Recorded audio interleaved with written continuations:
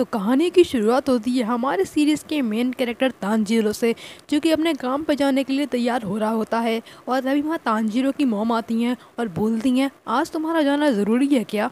कल रात को काफ़ी ज़्यादा बर्फ़ गिरी थी, इसीलिए रास्ता भी सही नहीं होगा। और तभी यहाँ तानजीरो बोलता है, मैं चाहता हूँ कि न्यू ईयर पे मेरा परिवार पेट भर खाना खाए, इसलिए मेरे को जाना ही होगा। और तभी वहाँ तानजीरो के छोटे भाई बहन आते हैं और तानजीरो के साथ जाने की ज़िद करते हैं। और तानजीरो की उन्हें समझाती हैं कि रास्ते में काफ़ी ज़्यादा बर्फ़ होगी और तुम तानजीरो जितने तेज़ नहीं चल पाओगे। लेकिन वो फिर भी नहीं मानते और तानजीरो के साथ जाने की ज़िद करने लगते हैं। और फिर तानजीरो ने समझाता है, जिसके बाद वो दोनों समझ जाते हैं। और तभी वहाँ तानजीरो का एक और छोटा भाई आता है और बोलता है, मैंने सोचा था कि मैं आज आपके साथ लकड़ियाँ काटूंगा, लेकिन अफसोस आपको जाना पड़ रहा है। और तभी वहाँ तानजीरो बोलता है, चिंता मत करो, मैं कल पक्का तुम्हारे साथ लकड़ियाँ काटूंगा। और तभी वहाँ तानजीरो चला जाता है। रास्ते में उसको उसकी बहन नेजी को मिलती है, जो उसे बोलती है, आप इस वक्त भी काम पर जा रहे हैं? और तानजीरो बोलता है, हाँ मुझे काम पर जाना ही होगा। और नेज़िको की पीठ पर तानजीरो का एक और छोटा भाई होता है और नेज़िको तानजीरो से बोलती है, डैड के जाने के बाद ये उन्हें बहुत मिस करता है, इसलिए मैं इसे बाहर घुमाने ले गई थी। और तभी यहाँ तानजीरो बोलता है, डैड को सिर्फ यही नहीं, हम सब मिस करते हैं। और तभी हम देखते हैं कि तानजीरो नेज़िको को गुड बाय करके वहाँ चला जाता है। और तभी यहाँ तानजीरो बोलता है, हमारी लाइफ आसान नहीं है, लेकिन इसके बावजूद भी हम खुशी से रह रहे हैं, क्योंकि एक सीज़न हमेशा के लिए नहीं रह सकता। कभी ना कभी बर्फ़ रुकेगी, कभी ना कभी अंधेरे से रोशनी ज़रूर होगी।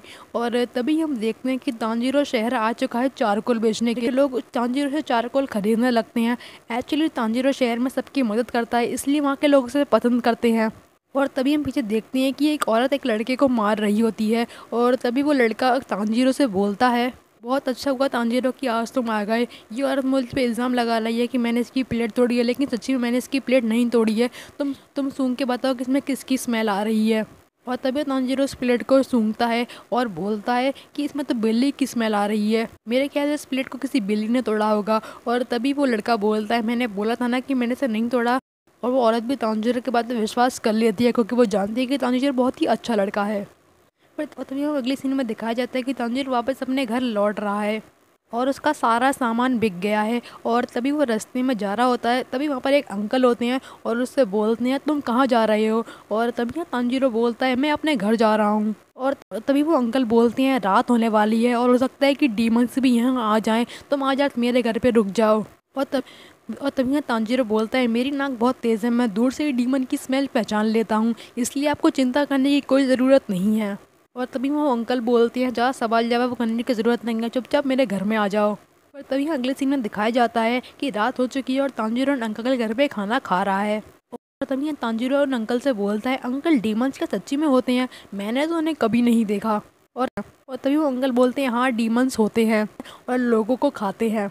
और तभी यहाँ तानजीरो बोलता है, क्या वो आपके घर में नहीं आ सकते? और तभी वो अंकल बोलते हैं, ज़रूर आ सकते हैं। और तभी तानजीरो बोलता है, कि आपको घर में भी डर नहीं लगता? और तभी वो अंकल बोलते हैं, लगता है, लेकिन एक सुकून मिलता है, क्योंकि डीमन स्लेयर्स उन डीमंस को मारते हैं, इसलिए हमें ज़्यादा डरने की कोई ज़रूरत नहीं है। लेकिन कि तानजीरो बिस्तर पे लेट गया है। और तभी तानजीरो अपने मन में बोलता है, अंकल की पूरी फैमिली एक्सपायर हो गई है और अब वो अकेले रहते हैं, मैं कल अपने छोटे भाई बहनों को यहाँ पर लेकर आऊँगा ताकि उन्हें अकेला फील ना हो। और फिर तभी हम देखते हैं कि रात हो चुकी है और तानजीरो सो जाता है। और फिर हमें यहाँ सुबह का सीन दिखाया जाता है, जहाँ तानजीरो वापस अपने घर जा रहा है और वो अंकल उससे बोलते हैं, अपना ध्यान रखना। और तभी हम देखते हैं कि तानजीरो वापस अपने घर जा ही रहा होता है, तभी उसे रास्ते में खून की स्मेल आती है और ये खून की स्मेल उसके घर की तरफ से ही आ रही थी। और ये सुन के वो डरने लगता है और अपने घर की तरफ भागने लगता है और अपने मन में सोचता है कि ऐसा नहीं हो सकता, ऐसा नहीं हो सकता। फिर तभी तानजीरो अपने घर पहुँचता है और देखता है कि नेज़िको और उसका भाई वहाँ खून से लथपथ डले हैं। और तब वो अपने घर के अंदर जाकर देखता है कि उसकी पूरी फैमिली खून से लथपथ हो चुकी है और उसकी पूरी फैमिली मर चुकी है।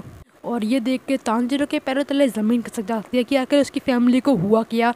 और तभी वो देखता है कि नेज़िको में थोड़ी सी जान बची है और तभी वो डॉक्टर के पास ले जाता है। और तानजीरो यहाँ पर काफ़ी ज़्यादा थक जाता है, क्योंकि बर्फ़बारी होने लगती है। और वो नेज़िको से बोलता है, नेज़िको तुम्हें कुछ नहीं होगा, तुम्हारा बड़ा भाई तुम्हें बचा लेगा। फिर तभी यहाँ नेज़िको तानजीरो की पीठ पे उठने लगती है और तभी हम देखते हैं कि तानजीरो गिर जाता है।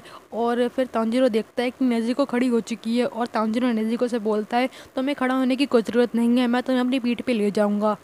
और तभी हम देखते हैं कि नेज़िको तांजीरो के ऊपर अटैक करने लगती है और तांजीरो बोलता है तुम्हें हुआ क्या है नेज़िको। तांजीरो नेज़िको के अटैक को अपनी कुल्हाड़ी से डिफेंस कर लेता है।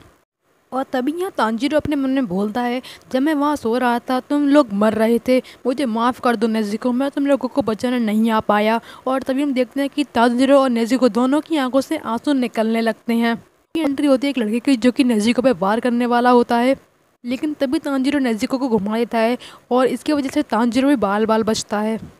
और ये सब होने के बाद तांजीरो एक पेड़ से टकरा जाता है और तभी तांजीरो उस लड़के से पूछता है तुम कौन हो। वो लड़का बोलता है मेरी छोड़ो, तुम इस डीमन को प्रोटेक्ट क्यों कर रहे हो, तुम्हें पता है कि एक डीमन है और ये इंसानों को खा सकती है। तांजीरो उस लड़के से बोलता है प्लीज़ उसे मत मारो, ये मेरी सगी बहन है, मेरा पूरा परिवार मारा गया, सिर्फ यही बची है, मैं तुम्हारे सामने भीख मांगता हूँ, प्लीज़ इसे मत मारो। और तभी वो लड़का बोलता है मैं एक डीमन स्लेयर हूँ और मेरा काम है डीमनों को मारना, अगर मैंने इसे नहीं मारा तो ये बाद में बहुत सारे इंसानों को खा सकती है। और तभी यहाँ तांजीरो बोलता है मैं इसे दूसरे इंसान को खाने नहीं दूंगा, प्लीज़ इसे मत मारो। नेज़िको ने मेरी फैमिली को नहीं माना है, मेरे को पता है वहाँ एक और डीमन की स्मेल आ रही थी, ये ज़रूर उसी ने किया होगा।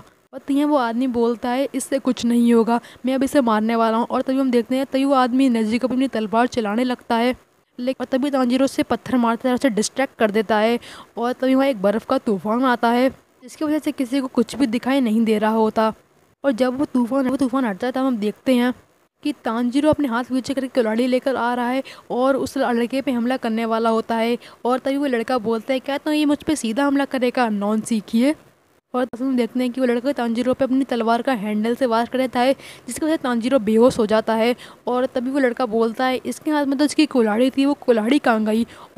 और हम देखते हैं कि उस लड़के के सामने से कुल्हाड़ी आने लगती है, लेकिन उस कुल्हाड़ी का निशाना सही नहीं होता, जिसको एकदम उसके कान के बगल से लगती है।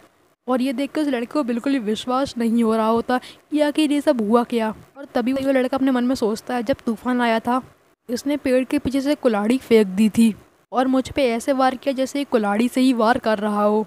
और तभी हम देखते हैं कि नेज़िको तांजीरो को प्रोटेक्ट करने लगती है। और तभी वो आदमी अपने मन में सोचता है एक डीमन एक इंसान को प्रोटेक्ट कर रहा है, ऐसा कैसे हो सकता है, मेरे ख्याल से ये कोई आम भाई बहन नहीं है, मुझे कुछ ना कुछ तो करना ही होगा। और तभी हम देखते हैं कि तांजीरो उठता है और देखता है कि नेज़िको उसके बगल में लेटी होती है और सो रही होती है और वापस वो अपने ह्यूमन फॉर्म में आ जाती है। और तभी वो आदमी बोलता है तुम उठ गए।